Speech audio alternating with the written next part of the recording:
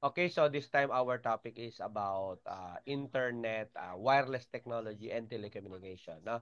So the internet has become the backbone of our modern communication, connecting billions of people, businesses, and devices globally. No? So it enables the transfer of data, information, and multimedia content across vast distance in seconds. No? With the rise of cloud computing, social media, e-commerce, and online services, the internet has fundamentally reshaped industries, government operations, and our everyday life. No? It supports everything from virtual meetings and online learning to banking, healthcare, and entertainment, making it indispensable for both personal and professional activities. And to give us more details about the topic, let us all welcome our presenter this morning. Go ahead. Thank you so much, Doc. Good morning, classmates. So, clear naman po yung audio ko. Yes, ma'am. Thank you so much po. So, just like what Doc Melo mentioned a while ago, internet, wireless technology, and telecommunications are very familiar words to us because it's something that we use every day. So, to start our discussion, let me ask you. So, you can chat dito sa chat box natin just to break the ice. Ayan. So, imagine waking up and the internet in the entire world is down. So, sa tingin nyo, what's the first thing that goes wrong? Ayan. So, I'll give you a moment to send your answers.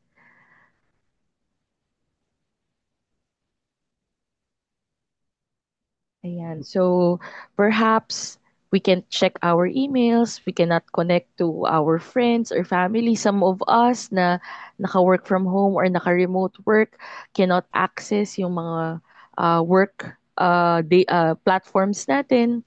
Right? So, in today's world, the internet is not just a luxury, it's a necessity. So, it connects us, informs us, and drives our daily activities. So, we rely so much on wireless technology and telecommunications for our personal and professional lives. So, from business to social interactions, the internet shapes our experiences. Ayan. So, okay, so introduction. So, in the past, business relied on separate systems for voice and data. So, think of those clunky phone lines and slow data connections that we have right now. So, alam ko madami po sa atin ay 90s kids. So, naabutan natin yung era na wala pa talagang internet.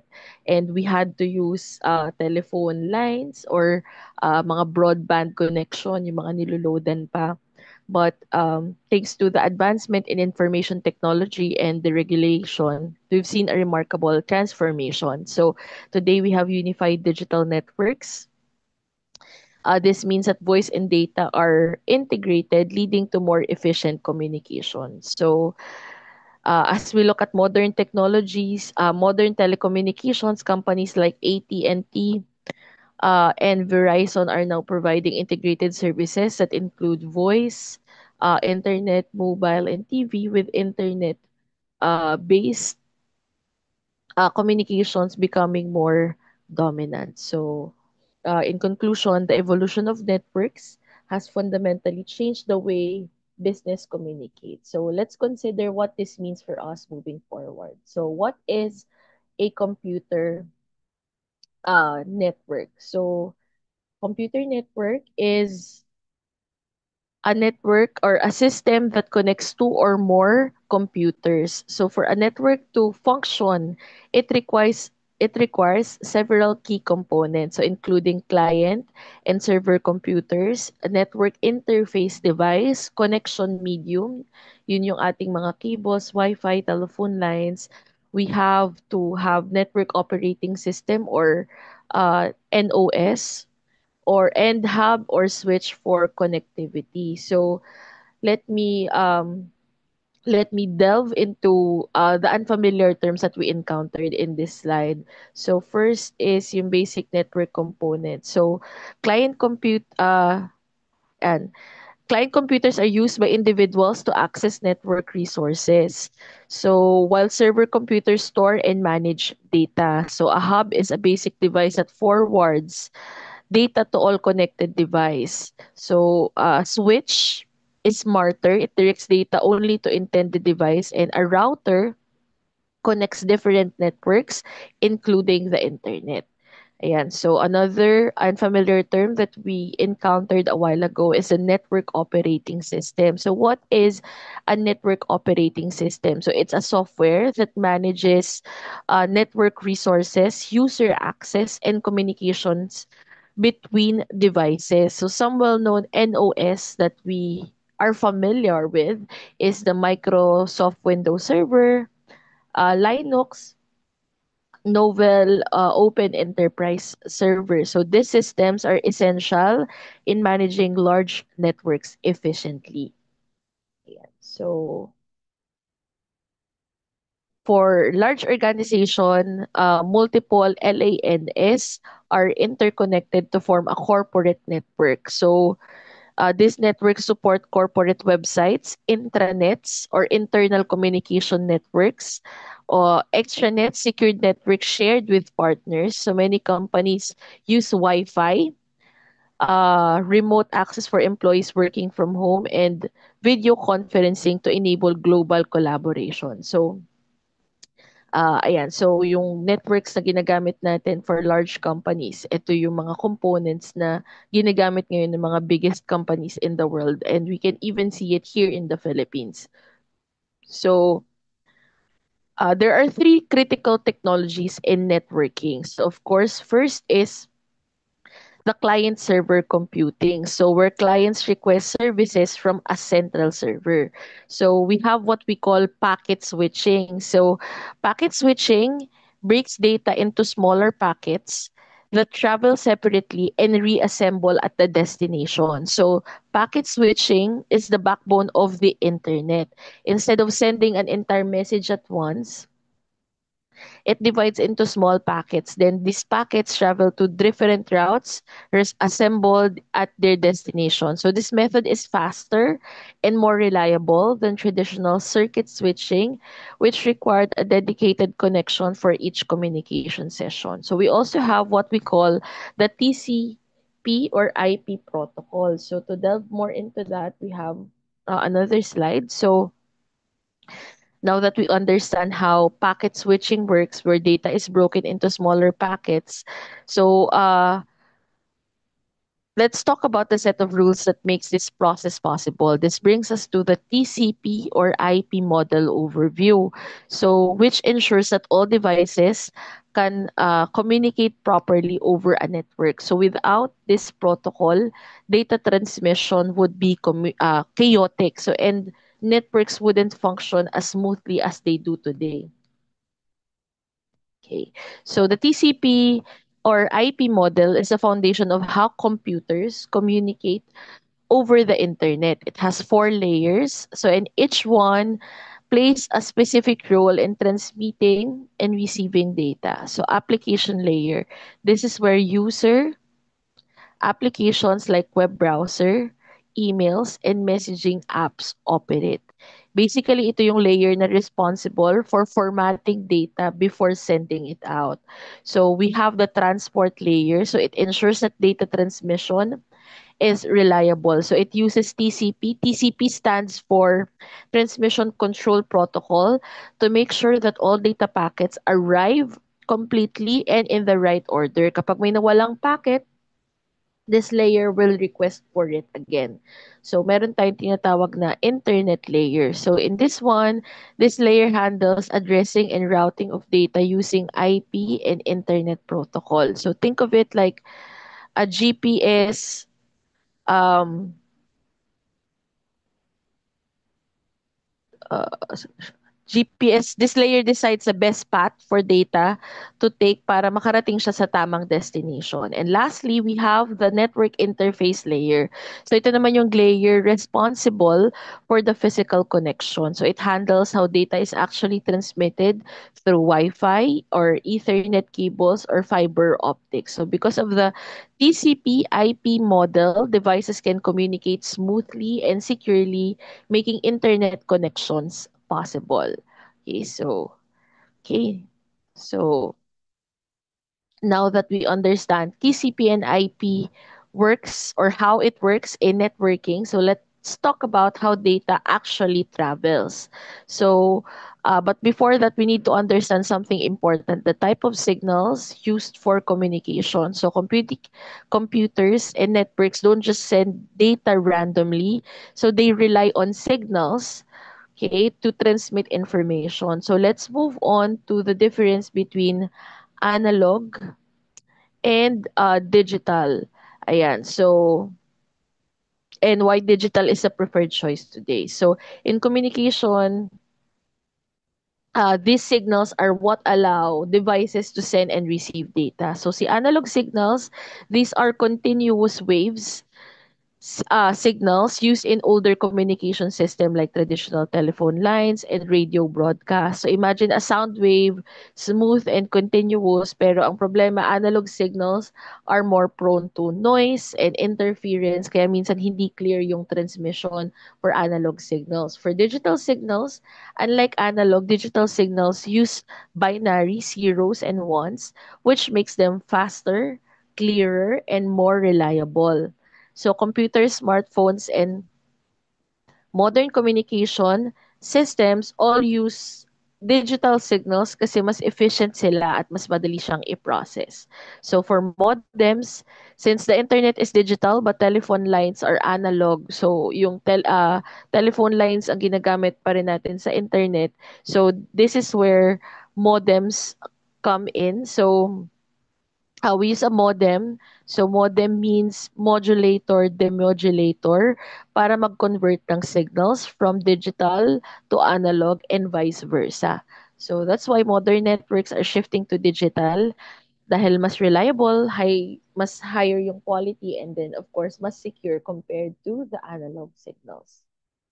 So, types of computer networks. So, kanina narinig na natin yung LAN. So, um, there are different types of computer networks and each one covers a different area. So again, LAN, this is the smallest type of network usually found in homes, offices, or schools. So it connects devices like computers, printers, and routers within a limited area.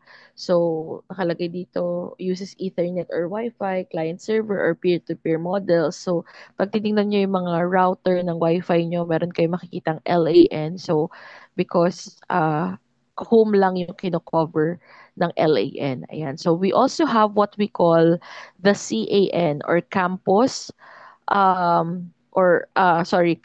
area network. So it can cover a campus by the term or a corporate facility. So it's a bigger version of LAN covering an entire school or an entire business facility. So it connects multiple LANs together for better resource sharing. So it uses fiber optics, Ethernet, or Wi-Fi, and of course, uh, faster siya than one but limited to a specific location. Ayan. So, next is MAN, so or what we call the Metropolitan Area Network. So, it's bigger than a CAN, but it covers an entire city or a large geographical area or geographic area. So, it connects multiple LANs and CANs. So ang kino-cover niya almost nasa 10 to 50 or approximately 10 to 50 kilometers. So it also uses fiber optics, wireless, or leased lines. So they lease lines for it to work. Okay, so it's faster and more secure than one, but more expensive than LAN. So WAN, I'm so sorry. WAN, but more expensive than LAN. So, and then lastly, we have WAN or what we call the wide area network. So this is the largest network type covering multiple countries or even the whole world. So the internet itself is the best example of a WAN. So, okay. So next is transmission media and transmission speed. So network rely on different types of transmission media para makapag-transfer ng data. So each medium like twisted pair wires, coaxial cables, fiber optics, and wireless transmission may have different speeds and limitations. Bandwidth refers to the capacity of a channel to carry data. So, naririnig natin yung bandwidth when we are talking about capacity or speed. Yan. So, because it refers to the amount of data that can be transferred over a network. So, now that we understand transmission media, let's take a closer look at their specific types and how they perform. So, there are four transmission media types. So one is the twisted pair wire, which is common for LAN networks. Pero again, limited ang speed for LAN. So 10 Mbps to 1 Gbps ang speed if you are using twisted pair wire or CAT5. So coaxial cable, these are cables better for long distances. So these are thick insulated copper wire used for cable TV and networks. So up to 1 Gbps si coaxial cable. Okay, so we also have fiber optic cables. So these are the fastest cables or optic. These are the fastest, pero very expensive din si fiber optic cable. So these are glass fibers transmitting light pulses, high speed, so 500 kbps plus, to 6 plus gbps.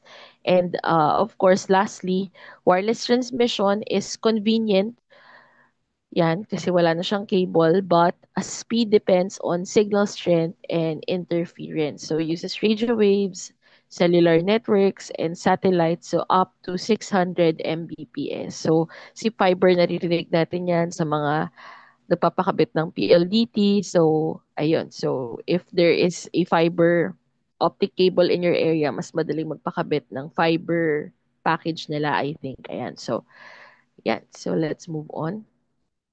So let's delve into the term we mentioned a while ago, the bandwidth and the transmission speed. So let's think of bandwidth as a highway. So mas malaking highway, mas maraming mga kotse yung kayang dumaan. So same with bandwidth. So it determines how much data can be sent through a network. It can be measured in bits per second. Kaya BPS yung ginagamit natin sa kanya. So frequency measured in hertz affect how much data a medium can carry. So a higher frequency equals higher data transmission capacity. Okay. Okay, so before we move on to the next slides, very, very quick, let's have a quick icebreaker. So just chat fact or fake sa mga susunod na slides. So first one, fact or fake? Ayan, the first ever website is still online today. What do you think? Is it a fact or is it if a fake? Is it a fact or is it fake? Ayan, so, ayan, fake. Ayan, sabi ni Ma'am Yvonne, fake daw. Okay, so the correct answer is facts. So you can still search for info.cern.ch, which was created in 1991, and it's still online today. Okay, so next. So Wi-Fi stands for wireless fidelity. So is it fact or is it fake? Fact, fact, fact. Okay. So the correct answer is fake. So actually, Wi-Fi doesn't stand for anything. It is a common misconception that Wi-Fi actually stands for wireless fidelity. But the truth is, wala siyang meaning. Okay, so common misconception lang yung wireless fidelity. Okay. Go, Ma'am Yvonne. Ayan. So, next po, last two na. Fiber optic cables use electricity to transmit data. Fake, fact, or fake? Ayan. So, fake news daw, sabi ni Ma'am Johan. Fake, fake. Ma'am, question lang. Apo. Uses electricity to transmit. Lahat ng electronic kasi uses electricity. Yung bang signal niya is electric? Ah, yes, sir. Yung ba yung tanong? Pero, To transmit data, sir. So, ang correct answer is Fine. fake. Light pulses yung ginagamit nila to transmit data, not electricity. Ayun. So fake. So, ayan. Of course, the devices that we connect to the fiber optic cable uses electricity, but in transmitting data, they use light pulses. So last po, there are more than 1 billion websites on the internet. Is it fact or is it fake? Fact? Fact na fact. Okay, so Okay, so the correct answer is fact. So there are actually over 1 billion websites on the internet and still counting up to this day. Ayan. So let's continue with our discussion. Thank you so much po sa lahat ng nag-participate sa short icebreaker. So let's move on to the global internet. So as we know, we are very familiar with the internet. It's a massive network that connects computers all over the world. Dati yung internet was actually for the military purpose and research purposes, but now in our day and age, we are now using it for communication, business, and even entertainment. So, ayan. So, okay, so let's delve deeper into the internet addressing and architecture. So we have what we call the IP addresses. I'm sure you're very familiar with this term. So they are IP addresses are 32-bit numbers. So yeah, example 207.46.250.119. So ayan. But of course we use what we call uh, Ayan. So we use what we call the domain name, which translate the IP address into domain names kasi mas mahirap tandaan yung numbers. So para mas madaling maintindihan, we have what we call the DNS the domain name system. So examples of domain types, meron tayong .com which stands for commercial, meron tayong .edu for education, .gov for government, and .org non-profit. Ayan. So Okay, so internet architecture and governance. So the internet doesn't have a single owner. So instead, maraming organizations na nagmamanage na iba't ibang aspects ng internet like the IP addresses and technical standards. So the internet backbone is like a highway system connecting different network. So data travels through network access points or NAPS and regional providers. So ISP charge user for access. Ayan. So organization like ICANN and W3C help regulate internet policies.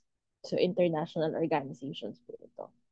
So next is as technology, of course, continues to evolve, the internet also needs to upgrade. Right now, we're facing two major challenges. So the shortage of IP addresses and the increasing demand for faster and more advanced internet service. So this is where IPv6 and Internet 2 come in.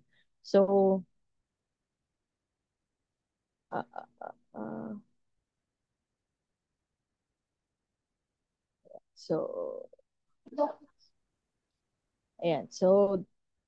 ayan. So let's start with IPv6. So currently, most of the internet uses IPv4, which is a 32-bit addressing system. Pero may malaking problem kasi nga nauubos na yung available na IP addresses because big companies and government reserve millions of IPs for their network, leaving very few for future use. So to solve this, IPv6 was introduced. So it uses 1 to 8-bit addresses, which means it can support a virtually unlimited number of devices over a quadrillion unique addresses. So imagine every device, laptop, smartphone, smartwatch, even smart refrigerators having their own unique IP. So this ensures that as technology grows, the internet can keep up. So Ayan, so another challenge is that IPv6 is not directly compatible with IPv4. So shifting to this new system will of course take time and effort. So organizations need to update their systems and not all devices currently support IPv6. That's why we're still in transition phase where both IPv4 and IPv6 are being used. So for Internet 2 naman, the Internet's high-speed testbed, this is a super fast, high-capacity version of the Internet 2. Ayan, so built specifically for universities, research institutions, government agencies. So it's not for regular consumers, but instead it's used to test cutting-edge technologies that might one day become mainstream. So Internet 2 is developed by over 350 universities, corporations, and government agencies worldwide, with speeds reaching up to 100 Gbps, so far beyond what we use today. So this network is used for telemedicine, remote learning, and advanced scientific research. So why are these important? So of course, it ensures that internet will never run out of addresses, allowing more devices to connect. For Internet 2, it pushes the boundaries of internet technology, helping researchers develop faster, more reliable connections for the future. Yan. So, okay, next, internet services and communication tools. So again, sa internet ay based sa client-server model. So, sorry.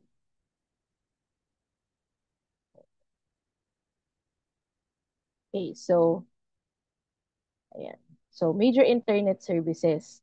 So, we are very familiar of all the services because I'm sure most of this are something that we use every day. So, one is, of course, the email. It's one of the most important communication tools that we have today. So, it allows us to send messages instantly, attach files, and communicate with multiple people at once. Ayan, it's much cheaper and faster than traditional mail or even phone calls. Okay, so uh, chat and instant messaging. So we use a lot of this. We have the Messenger, we have Telegram, Viber, yeah, so with chat and instant messaging, we can talk to anyone in real time using text, voice, or video. So one example is yung Zoom that we are using right now. So many businesses can use chat systems to improve our customer service and communications within teams. So meron din tayong news groups which are online discussion forums, telnet or remote access to other computers. So kahit magkalayo, uh, the IT department can actually operate your laptop from a distance. So meron din tayong what we call the File Transfer Protocol or FTP, which allows us to download and upload files. And of course, something we use every day, the World Wide Web, websites, multimedia, and online platforms, which Ma'am Berlin also mentioned a while ago in her report. So, okay, so let's talk about VoIP. So voice calls over the internet instead of phone lines. So cheaper than traditional calls. So example neto Skype, Zoom, or Google Voice. So Zoom or Skype is actually an example of a VoIP or voice over IP. So meron din tayo tinatawag na unified communication. So this brings together different tools such as voice, video, messaging, and other collaboration tools. So these are used mostly in businesses and mga remote work roles. So examples nito yung mga Microsoft Teams for companies, for big companies, they use Cisco WebEx. Ayan. So PLDT actually uses Cisco WebEx for their unified communication platform. Okay, so VPN. So VPN is virtual private network. So VPN encrypts internet connection for privacy and security.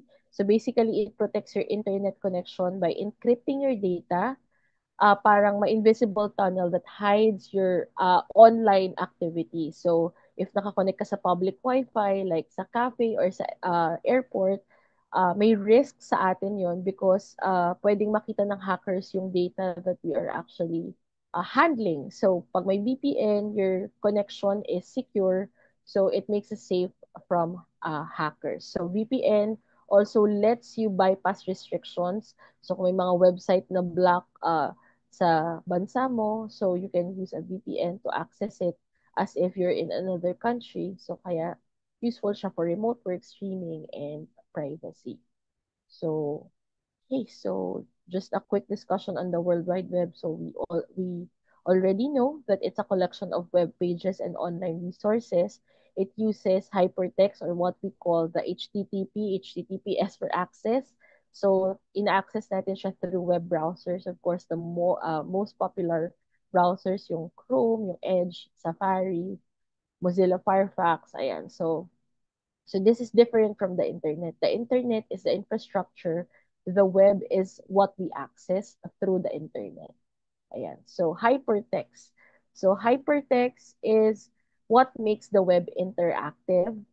Instead of just reading plain text, you can click links and instantly go to a different web page. So this is possible because of HTML or hypertext markup language, so which is the coding language used to design website. Pero I know marami ng language that website creators use nowadays. So basically, it tells your browser kung paano i-display yung text, images, and links. Ayan. So web services allows different website and apps to interact. This actually uses what we call API, so application programming interfaces. Ayan. So for example, si Google Maps, pwede natin siyang i-embed sa other apps, and that's possible through the help of application programming interface. Ayan. So yung mga Grab, meron naka-integrate na Google Maps dun sa app. So API po yung technology that we are utilizing for it to be possible. Okay, so searching information on the web. So we use search engines like Google, we use keywords, and the internet analyzes algorithms and keywords to give you results based on what you search. Ayan. So results are ranked based on relevance and popularity. So, yeah. Okay, so for Web 2.0, for if before very static lang yung pages, parang digital magazine lang yung internet. Okay, ngayon, with Web 2.0, the web became interactive. Meron na tayong mga user-generated content where we can post reels, vlogs, TikToks. Ayan, so more interactive, dynamic. We can connect to each other, share posts, share photos. Ayan, so we have Facebook and Twitter as an example of Web 2.0. So, second to the last is Bluetooth. Of course, I'm sure lahat tayo ay naging familiar sa Bluetooth. It's a wireless technology for short distance data transfer. So, used for connecting devices like headphones, keyboards, smartwatches, and it works within a 10-meter range without needing Wi-Fi or cable. So, maliit lang yung range niya, but it's very helpful for us and it's usually used for smart devices that we own, like yun nga, mga uh, wireless na mga headset. Ayan. So, okay. So, for Wi-Fi provides wireless internet access using radio signals. So, allow multiple devices to connect to the internet without cables. So, ito, familiar naman tayo sa Wi-Fi because this is something that we use every day. So, wireless internet access connect to users, or we can connect to internet using wireless internet access without physical cables. So it includes Wi-Fi, yung mobile data natin, or what we commonly known as the 4G, 5G, and satellite internet. So kasama siya sa wireless internet access. So it's essential for remote work, online classes, and smartphones. And so that's it po for my report. Thank you so much po for listening.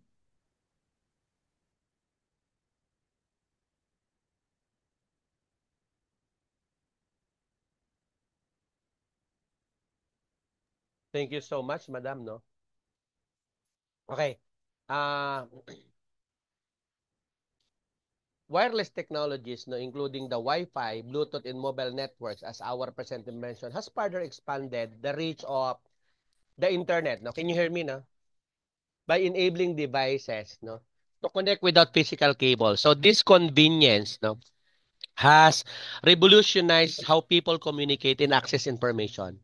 Right now, we have smartphones, tablets, laptops, and IoT or Internet of Things, no, devices which relies on wireless technology to stay connected anytime and anywhere. No, so The shift towards wireless connectivity has also paved the way for the development of smart homes, no? Wearable devices, and location-based services, which enhance the quality of life and business efficiency.